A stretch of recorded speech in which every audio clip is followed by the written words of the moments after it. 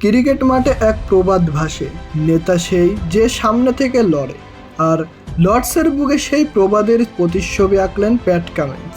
অস্ট্রেলিয়ার অধিনায়ক হয়ে চলমান টেস্ট চ্যাম্পিয়নশিপের ফাইনালে, যেখানে প্রতিটি বল যেন এক একটা গল্প, সেখানেই কামিন্স গড়লেন অন্যান্য কীর্তি, মেটালেন নিজের সংকল্প। 300 উইকেটের মাইল ফলক ছুঁলেন, তাও আবার কাকে ফিরিয়ে, যে কাগিসোরাবাদা অজিদের সবচেয়ে বেশি ভুগিয়েছেন। শুধু তাই নয়, লর্ডসের মাঠে 43 বছর পুরনো রেকর্ড ভেঙে দিলেন, অধিনায়কের সেরা বোলিং ফিগারের জন্ম দিলেন। মজার ব্যাপার হলো, এই দক্ষিণ আফ্রিকার বিপক্ষেই 2011 সালে তার টেস্ট অভিষেক হয়েছিল। সেদিনও তিনি হয়েছিলেন ম্যাচ সেরা। কিন্তু এই গল্প শুধু একজনের নয়, এ যে দুই দলের পেসারদের যুদ্ধ।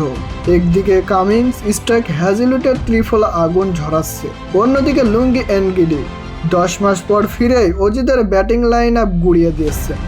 2 দিনেই যেখানে গড়িয়েছে 28টি উইকেট, সেখানে রানের চেয়ে টিকে থাকাই যেন বড় পরীক্ষা। প্রথম ইনিংসে পটিয়ারা থামল মাত্র 138 রানে, কামিন্সের 6 উইকেটের দাপটে। 74 রানের লিড নিয়ে আবার ব্যাট করতে নামল অস্ট্রেলিয়া, কিন্তু এবার পটিয়া পেসারদের পাল্টা আঘাত। রাবাদা আর এনগিডি মিলে তুলে নিলেন 6 উইকেট। যখন মনে হচ্ছিল অজিদের গল্প 73 রানেই শেষ, তখনই ব্যাট হাতে রুখে দাঁড়ালেন মিচেল স্টার্ক আর অ্যালেক্স বেলি।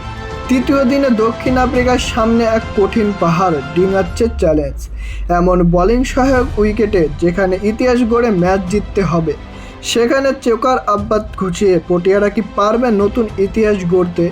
উত্তরটা সময়ের হাতেই তোলা রইল।